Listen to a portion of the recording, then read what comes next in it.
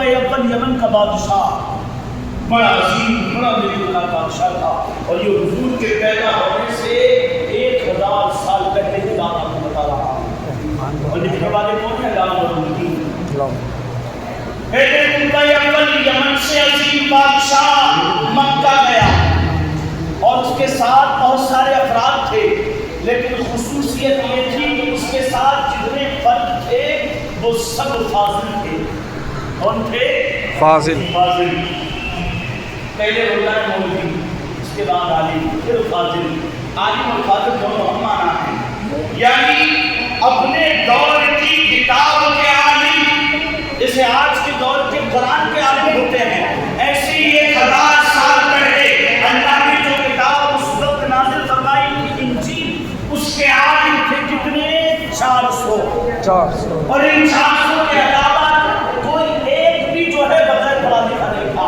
یہ 400 عالم اور طبہ یمن کا بادشاہ یمن شریف نے کہا مکہ، اور پھر مکے سے انہوں نے ہجرت کی کہا مقام یثرب کی طرف۔ کس کی طرف؟ مقام یثرب۔ مدینے کا پہلا نام کیا تھا؟ یثرب تھا۔ مدینے کو پہلے کیا کہتے تھے؟ یثرب۔ وقالت طائفۃ من اہل الکتاب یا اہل یثرب، یہ قرآن عظیم کس کے بارے میں اللہ تبارک و تعالیٰ فرما رہا ہے؟ کیا مدینے کا پہلے نام یثرب تھا؟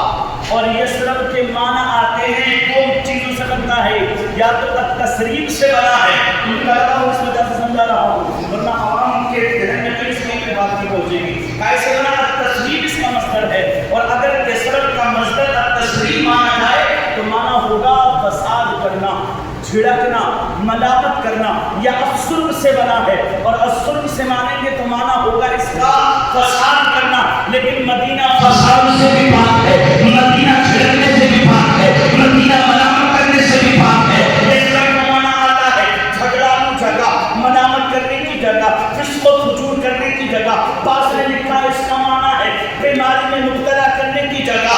تو مدینے کو یثرب اس وجہ سے اس وقت کہا جاتا تھا کہ اس میں بیماریاں بہت کرتی تھی، اور اس جگہ کو جو سب سے پہلے آج جہاں شہر مدینہ ہے اس کو آباد کرنے والا حضرت نوح علیہ السلام کے فرزند کے پوتے یثرب بن کینال تھا۔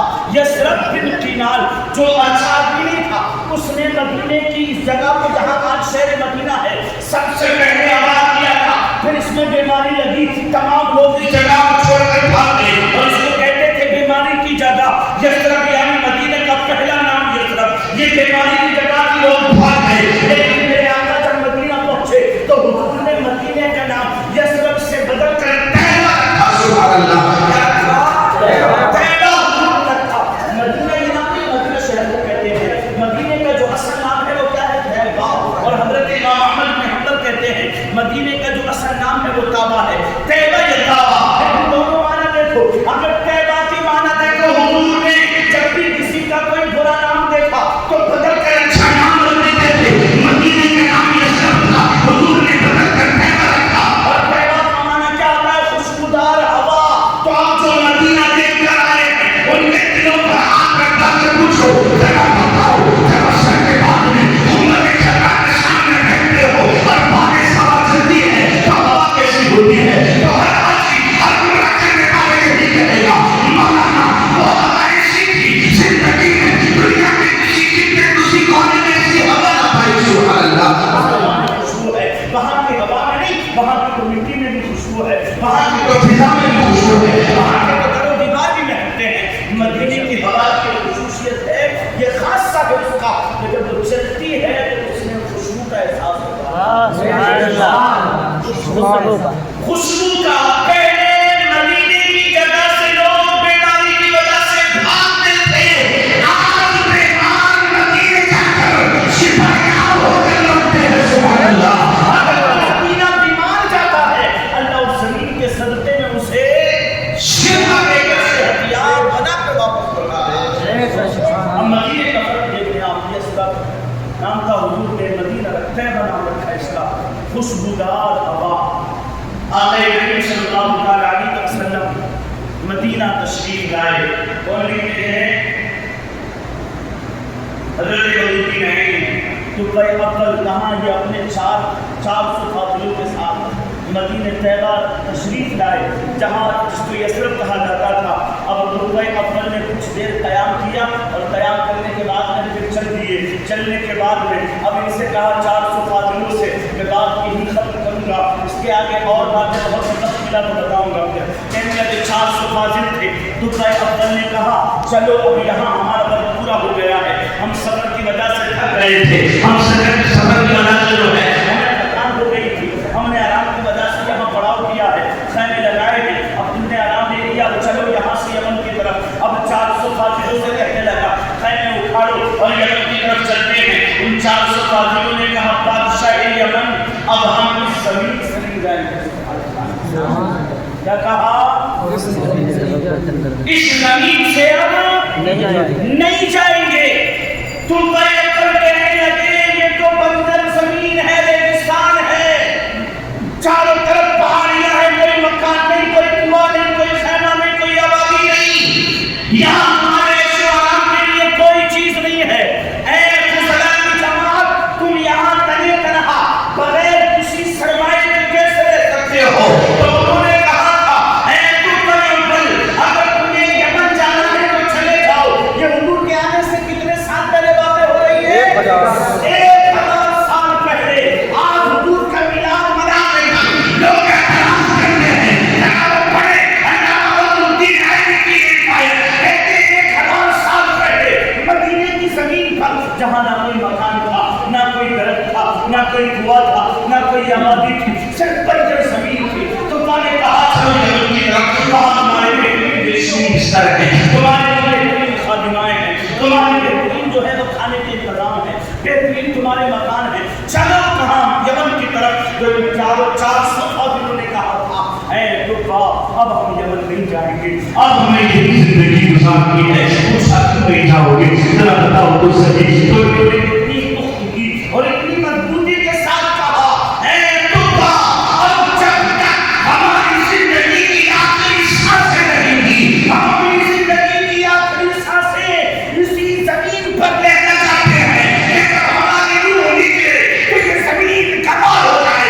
یہ ہمارا اپنا یمن نہیں تھا بلکہ یثرب کی زمین تھا. سبحان اللہ. ربع نے پوچھا اس کی وجہ کیا ہے, تھوڑا بتاؤ تو صحیح. یہ عشق سمجھ میں نہیں آتا, یہ دیوار کی سمجھ میں نہیں آتی, یہ محبت سمجھ میں نہیں آتی. یہاں تو نہ تمہارا کوئی رشتے دار ہے, نہ کوئی یار ہے, نہ کوئی مددگار ہے, نہ کوئی ہمدردہ ہے, نہ کوئی ہمسایہ ہے. پہلی مرتبہ یہاں آئے ہو, اس زمین سے محبت کیسی ہے؟ صرف ریگستان ہے, یہاں کوئی ہریالیاں نہیں, کوئی وادیاں نہیں, یہاں جو ہے کوئی اچھی خوبصورت مناظر نہیں. دلچسپی کیوں ہے؟ 400 فاضلوں نے کہا تھا اب توجہ میری طرف رکھے. انہوں نے کہا ہم نے اپنی کتاب میں اس زمین کے بارے میں پڑھا ہے. سبحان اللہ. کیا کہا؟ ہم نے اپنی کتابوں میں اس زمین کے بارے میں پڑھا ہے. ربع نے پوچھا کیا پڑھا ہے؟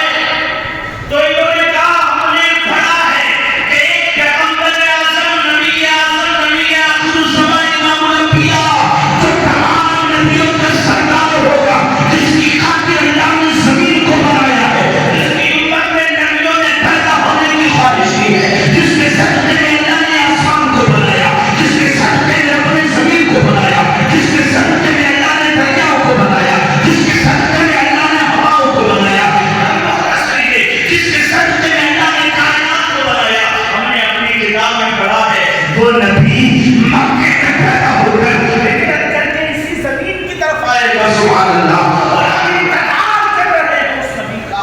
کتنے سال پہلے؟ 1000 سال پہلے. اب ربع نے مسکرا کر کہا ابھی نہیں آتا. کتنی تاریخ پڑی ہے؟ کہتے وہ آئے گا آخری زمانے میں, آخری زمانے میں آئے گا. ربع نے کہا تمہاری امید کرنے لگی, تمہارا جو ہے وہ اب زندگی کے ایام زیادہ نہیں, ایسا لگتا ہے تم چند دن یا چند سال جیو گے, اور یہ تو بہت سالوں کے بعد آنے کی بات ہے. تم یہاں اپنی جو ہے وہ زندگی خراب کیوں کرنا چاہتے ہو؟ یہاں ایسے حالت میں رہ کر, اللہ اکبر, ایسی کیفیت میں رہ کر معاملہ کیوں خراب کرنا چاہتے ہو؟ تو تم 400 فاضلوں نے کہا تھا ہمیں پتا ہے جب وہ پیغمبر آئے گا اس وقت ہم نہیں ہوں گے, لیکن قسم خدا کی ہمیں اپنی بات پر یقین ہے کہ جب میدان محشر میں ہمیں پیش کیا جائے گا تو حضور کا میلاد منانے والوں کی فہرست میں ہمارا بھی